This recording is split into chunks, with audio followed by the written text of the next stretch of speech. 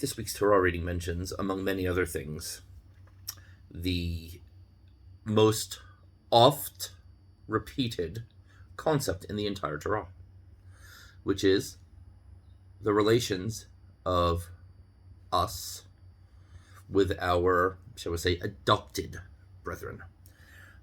Converts, if you want to use that term. I don't like that term personally for a number of reasons, but okay. In Hebrew, the term is ger, or gioret, for a female, gerim in the plural.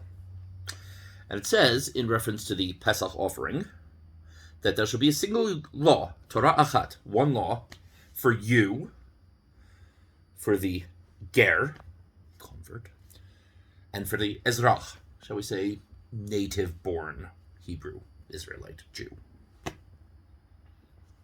Okay, fine. Once a person's a ger, once a person's adopted into the family, he's part of the family. And a ger is just as much Jewish as anybody else. There are very few laws that actually make a distinction between the two. You're just as Jewish as anyone else, and it's nobody's business to make questions about that sort of thing. Fine. But it's a bit of an odd place for it. Because it's talking about the Korban Pesach.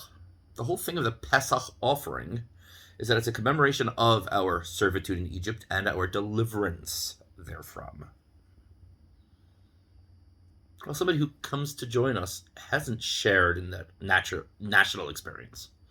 Right? They become part of our people, but you yourself joined 10 years later. You came across the Hebrews in the desert, and you weren't in Egypt. So what do you have to do with it? I mean, okay, I wasn't in Egypt, I personally, but it does say that in every generation, this isn't that good, every generation a person is obligated to view himself and to show himself off as if he personally had left Egypt. Why? Because we say, if God had not saved our ancestors, then they and their children and their children's children, even we today, would still be slaves to Pharaoh. So in a sense, no, I personally was not in Egypt, but I have to view it as if I were, and if God had redeemed me personally from Egypt. Because if it hadn't been for that, I still would be. I'd be a slave in Egypt now, however many thousands of years later. Okay, but this guy who comes out of nowhere and decides to join the Jewish people, wonderful, beautiful thing. But your ancestors weren't slaves. If God hadn't redeemed them, you couldn't say, I'd still be a slave today. But it's specifically here that it mentions this rule. And it teaches that the one joining us is equal to the one who has always been part of us. Specifically here, because no, my direct ancestors may not have been in Egypt, but I am sharing in the communal destiny, the destiny of these people. I have to view their triumphs as my own. I have to view their devastations as my own. That's what it means to be part of a family. That's what it means to be adopted. And a true convert, a sincere adoptee, is one who recognizes the inherent greatness of this nation, the potential, the mission statement, and is willing to join us even in adversity. Which is why, according to halakha, when a person says he wants to become Jewish, we say, aren't you aware that we are a downtrodden people? There could be another Holocaust tomorrow. And a true, sincere convert is one who says, yeah, I'm aware of that. And it's worth it. I'm not worthy of being part of these people, even with. But it is worth it to me to take that risk because this is important enough. A true convert, therefore, is one who would have said, even if we were still slaves today, I'll become a slave. If that's what it means to be part of this people, and I will wait for God to redeem us. Because effectively, that's what they're doing today. They're saying, I will accept the plight of this people as my own. The difficulty, the fact that there might be another Holocaust tomorrow.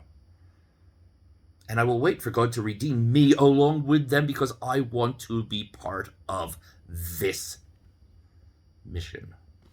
The greatness that is the mission these people have been entrusted with. Not the greatness of the people. As individuals, we're not that special, I suppose. They say that Jews are just like everyone else, only more so.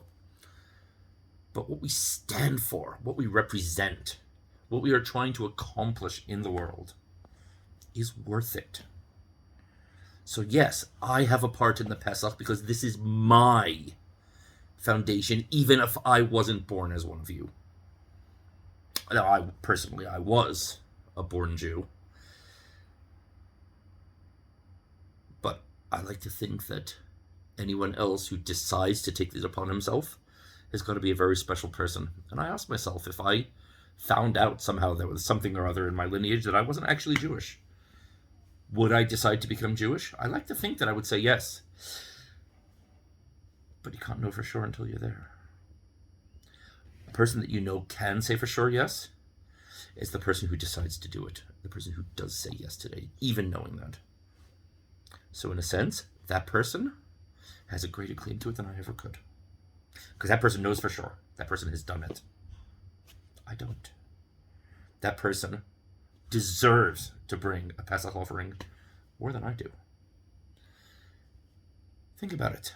If you're Jewish, what is being Jewish worth to you?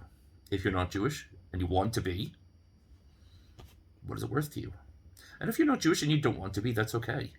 But think about what is important. What really matters to you? That you would take the risk that could come upon you for standing up to do what you truly believe in. Think about that and give meaning to your life. Shabbat Shalom.